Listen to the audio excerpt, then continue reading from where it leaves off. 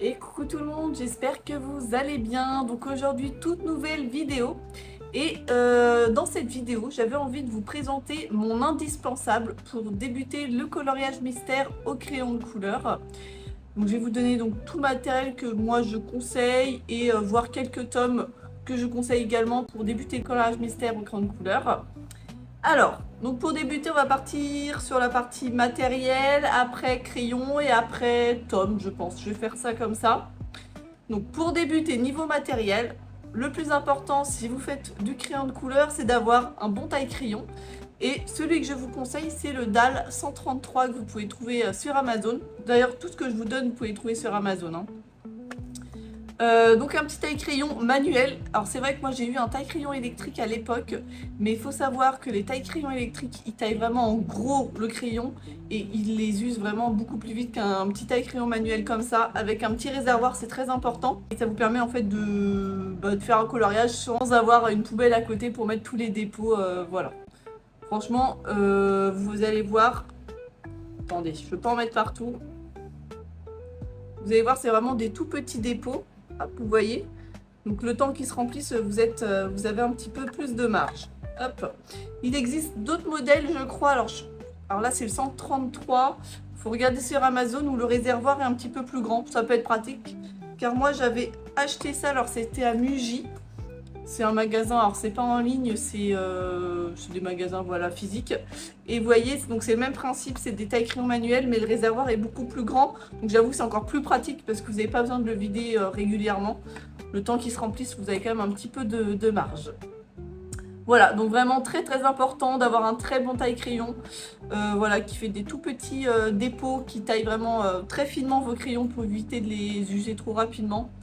Et puis vous voyez, s'il n'y a jamais un problème de mine qui se casse ou quoi à l'intérieur, vous pouvez ouvrir derrière et avoir accès, hop, je ne veux pas en mettre partout, accès directement à la lame pour enlever, voilà, s'il y a des dépôts coincés. Mais bon, franchement, c'est très rare que j'ai ce genre de problème. Ensuite, dit crayon de couleur, dit une gomme. Alors, il faut savoir que moi, avant, j'avais les gommes classiques, vous savez, l'ancienne, quoi. Et forcément, j'ai fini par investir dans une gomme électrique. Alors, il existe plusieurs marques. Moi, j'ai la marque Derwent, qui est très bien, qui fonctionne du coup avec des piles. Attendez. Voilà. Des triple A, je crois. Je les ai changés il n'y a pas longtemps en plus. Et du coup, c'est vraiment une petite pointe précise. Voilà, quand vous voulez gommer, c'est vraiment très précis. Et ça évite, vous savez, quand vous gommez avec les gommes classiques, des fois, votre feuille, elle va se plisser quand vous allez un peu trop vite. Et franchement, avec ce genre de gomme, vous n'avez aucun problème. Et vous pouvez vraiment gommer des zones très petites. Enfin, c'est vraiment trop pratique. Donc voilà. Et en plus, vous pouvez acheter, je vous montre, sur Amazon, hop, des sets comme ça avec plein de gommes que vous mettez du coup à l'intérieur de ce support là. Voilà, donc franchement ça vaut le coup. Une gomme électrique, c'est la vie. Ensuite, alors moi il faut savoir, mes coloriages mystères, je les fais donc tout au crayon de couleur, sauf faut savoir les contours, je les fais au feutre. Et si vous me connaissez un petit peu, vous suivez un petit peu ce que je fais, vous savez que je passe d'abord dans un premier temps les contours avec un feutre Papermate. Vous avez ils sont vraiment très bien. Vous avez des packs avec, je sais pas, 12 voire plus, voire 36 je crois. Et ils sont pas très chers. Et la pointe est quand même, je trouve, assez fine. Hop. Et vraiment pour faire les premiers contours, c'est vraiment très bien. Attention, ceux qui font du feutre à eau, n'utilisez pas les feutres Papermate parce qu'ils le bavent. Au crayon de couleur, il n'y a aucun problème, mais feutre à eau, ils peuvent baver. Donc, à éviter. Donc voilà, moi je fais du coup mes premiers contours avec ça. Voilà, feutres Papermate, ils sont très bien, pas chers. Je vous les conseille. Et ensuite, vous savez, à la fin de mon coloriage, donc une fois que j'ai fait toutes les couleurs, forcément les contours se salissent un petit peu. Et je repasse tout le temps mes contours, du coup, mais cette fois avec un Posca PC1M. Hop. Voilà, donc le PC1M, c'est vraiment la mine, voilà, comme ceci. C'est pas la plus fine, mais c'est la deuxième, je crois, plus fine. La plus fine, c'est la PC1MR. Et là, c'est PC1M. J'ai également le PC3M, où c'est une mine un tout petit peu plus grosse, mais j'utilise quand même beaucoup moins. Et mon préféré, c'est celui-là, PC1M. Hop. Alors vous allez me dire, mais pourquoi tu n'utilises pas le feu de Papermate à la fin pour également le repasser les contours? Il faut savoir qu'une fois que les lignes que j'ai fait au Papermate qui ont été salies par le crayon de couleur, en fait quand je repasse le Papermate dessus, il s'assèche complètement. Il supporte pas ça, le feu de Papermate. Du coup je fais avec le Posca qui est très bien. Très très pratique. Et pourquoi je ne fais pas au Posca dès le début? Parce que ça coûte cher le Posca et que j'ai pas envie de faire 2 fois des contours avec un Posca, sachant que les feux de Papermate coûtent vraiment pas très cher et que c'est très rapide à faire les contours avec. Ils ont une pointe assez fine où vous êtes quand même assez précis. Donc voilà. Et c'est quand même toujours plus rapide de repasser les contours parce que vu que vous avez déjà dessiné les contours, bah, vous avez juste à suivre assez rapidement, c'est quand même beaucoup plus rapide. Pareil, 10 crayons de couleur, 10 forcément des crayons qui diminuent petit à petit. Donc forcément quand ils deviennent plus petits, c'est compliqué de colorier avec. Donc ce qui est très important, c'est de vous munir de rallonge à crayon. Alors moi j'ai celle-ci et j'en ai d'autres. Attendez. Hop. Voilà, j'en ai des comme ça. Le seul problème de celle-ci, c'est que l'embout est assez large et malheureusement, il n'y a que les gros crayons de couleur qui logent dedans. Moi, il n'y a que mes polychromos qui vont dedans. Mes Prismacolor, ils sont trop fins, ça marche pas. Du coup, j'utilise ceux-là. Du coup, moi, ce que je vous conseille, c'est de prendre ceux-là si vous n'êtes pas sûr de ceux-là. Ouais. Prenez ceux-là, au moins, c'est un pas de vis. Et vous voyez, c'est vraiment adaptable à vraiment différentes tailles de crayons. Donc c'est vraiment très très important de vous munir de rallonge. Au début j'en avais pas, mais de colorier avec des tout petits crayons, ça vous donne des crampes vraiment au niveau du pouce, tout le poignet, c'est insupportable. Donc franchement, achetez des petites rallonges, ça coûte pas très cher sur Amazon.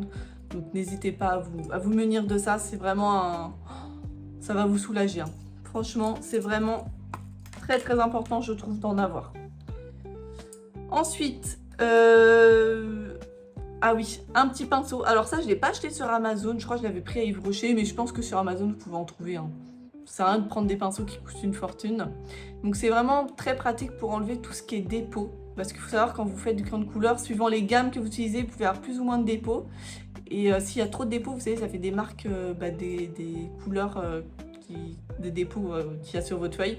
Et ça peut faire des trucs bizarres. Donc hop, dès que vous coloriez, vous faites un petit coup de pinceau pour enlever tous les dépôts et ça évite voilà, de salir votre feuille et donc ça reste bien propre. C'est vraiment l'outil voilà, basique, très pratique que je vous conseille d'avoir quand vous faites du crayon de couleur.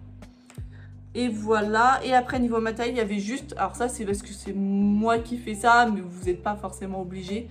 Mais j'aime bien avoir un petit Posca blanc et là c'est la mine très très fine, PC1MR. Hop. Parce que moi, j'aime bien, par exemple, dans les yeux, refaire les petits contours blancs dans les yeux. Des fois, ils peuvent être un petit peu salis, voilà, avec le crayon, tout ça. Et j'aime bien le refaire bien propre. Et j'aime bien aussi faire des petits effets dans les yeux. Et également, des fois, d'autres effets au niveau du coloriage. Mais voilà, donc pour moi, je trouve ça important d'avoir un petit Posca blanc si vous voulez rajouter des petits détails, voilà. Comme à droite, à gauche sur le colo. C'est toujours bien. Voilà, je conseille dans mes indispensables, je trouve, pour les crayons de couleur, si vous voulez voilà, faire des petits trucs en plus sur vos coloriages. Donc là, c'était vraiment la partie basique du petit matériel, voilà, qui va vous faciliter la vie quand vous faites du crayon de couleur pour le coloriage mystère. Ensuite, je voulais vous montrer, alors je les ai pas avec moi, c'est niveau crayon de couleur pour débuter. Moi, ce que je conseille, c'est les Brutfener 180. Alors moi, j'ai les Brutfener 320, je crois. Je crois que c'est ça. Alors, ils sont rangés au fond d'un placard. Je ne peux pas les sortir. Ils sont vraiment trop loin dans mon... Enfin, galère à sortir.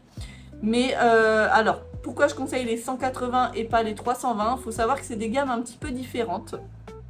Les 320 et les 500 et quelques, c'est les mêmes. Et ils sont en fait un peu plus secs. Donc je trouve pour colorier, c'est quand même moins pratique. Alors que les 180 sont une gamme qui est un petit peu plus gras. Donc je trouve pour débuter le coloriage mystère, c'est quand même toujours plus facile. Quand on ne connaît pas forcément ce médium, d'avoir des crayons un peu plus gras, au moins ça pigmente la feuille un petit peu plus facilement. Et ces crayons ne sont pas très chers. Je trouve que niveau rapport qualité-prix, c'est un des meilleurs qu'il y a sur le marché. Alors je pourrais plus vous dire là de tête, je vais pas revérifier avant de filmer le prix de la boîte 180, mais franchement c'était pour 180 crayons. Je crois qu'on était aux alentours de 40 € par là, je vais pas dire de bêtises, mais 180 crayons entre 30 et 40 €, allez, à peu près. Après, bon, ça fait longtemps que j'ai pas vérifié. J'espère qu'Amazon n'a pas fait de folie à mettre des prix exorbitants, mais je pense pas. Les Brut Funner, ils ont toujours été à des prix abordables. Et comme je vous ai dit, 180 crayons à ce prix-là, c'est quand même bien et qui sont quand même très bien pigmentés. C'est pas des crayons hyper secs, ni très gras comme les Prismacolor, c'est un entre-deux. Mais il reste quand même assez gras, vous voyez, voilà, pour débuter le collage, je trouve vraiment très très bien. Vous avez de très belles couleurs. Et en plus, il faut savoir que Brut Funner, ils ont fait des gammes peau, que j'avais acheté aussi, et une gamme macaron, donc des gammes un petit peu plus, des couleurs un peu plus pastel. Donc vous pouvez venir compléter comme ça avec 2-3 gammes en plus pour vraiment avoir une palette de couleurs voilà, un peu plus importante. Et voilà, le seul problème des Brut Funner, ce qu'il faut savoir, c'est qu'ils malheureusement ils ne se rachètent pas à l'unité. Donc c'est pour ça que moi je colorie plus avec. Maintenant j'ai que des gammes que je peux racheter à l'unité parce que bah moi je sais que le crayon de couleur c'est vraiment ce que j'aime. Donc forcément le fait d'avoir des crayons qu'on peut racheter à l'unité c'est quand même hyper pratique. Mais quand vous débutez et que vous n'êtes pas forcément sûr que c'est quelque chose qui va vous plaire voilà, indéfiniment, bah, je trouve que le Brut Funner pour débuter c'est très très bien. Et ça vous permettra d'avoir quand même de vous faire un bon avis quand même sur le crayon de couleur si ça vous plaît ou pas. Parce que je vois des personnes, alors je connais pas toutes les gammes par exemple qu'il y a Action, mais je sais qu'il y a certaines gammes qui peuvent être bien. Mais il y avait beaucoup de personnes qui se plaignaient de la pigmentation qui était pas bonne au niveau de certaines gammes de Action. Et c'est vrai que quand vous avez des crayons qui n'ont pas une très bonne pigmentation, c'est toujours pas... Enfin, vous n'êtes pas satisfait de ce que vous faites, de vos coloriages. Donc voilà, votre avis après un petit peu... vous êtes un peu déçu quoi, des crayons de couleur. Donc franchement, vous prenez les Brut Funner 180, ça vous... Voilà, je pense que vous avez de quoi vous faire plaisir avec ces crayons-là. Voilà donc pour tout ce qui est crayon de couleur. Ensuite, niveau tome. Alors, moi, il faut savoir que je ne possède pas tous les tomes. Donc, je vais plutôt parler dans ceux que je possède pour débuter. Il faut savoir que j'ai, au niveau des grands classiques, j'ai le 1, 3 et 4. Après, j'ai le tome 10, j'ai le tome 11 et j'ai le tome 13.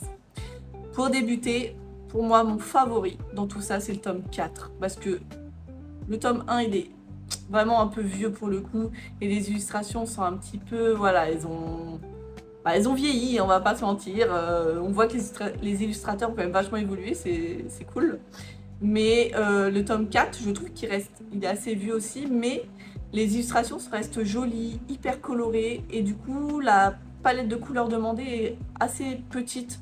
Donc ça vous permet voilà, de vous familiariser je trouve avec vos crayons de couleur, d'apprendre à connaître un petit peu toutes vos teintes, tout ça. Donc c'est vraiment un tome pour moi que je conseille. Je sais que tout le monde ne l'aime pas parce que bah, pour le coup avec ce qui sort actuellement c'est sûr que ça n'a rien à voir. Mais pour débuter moi je le trouve vraiment très très bien.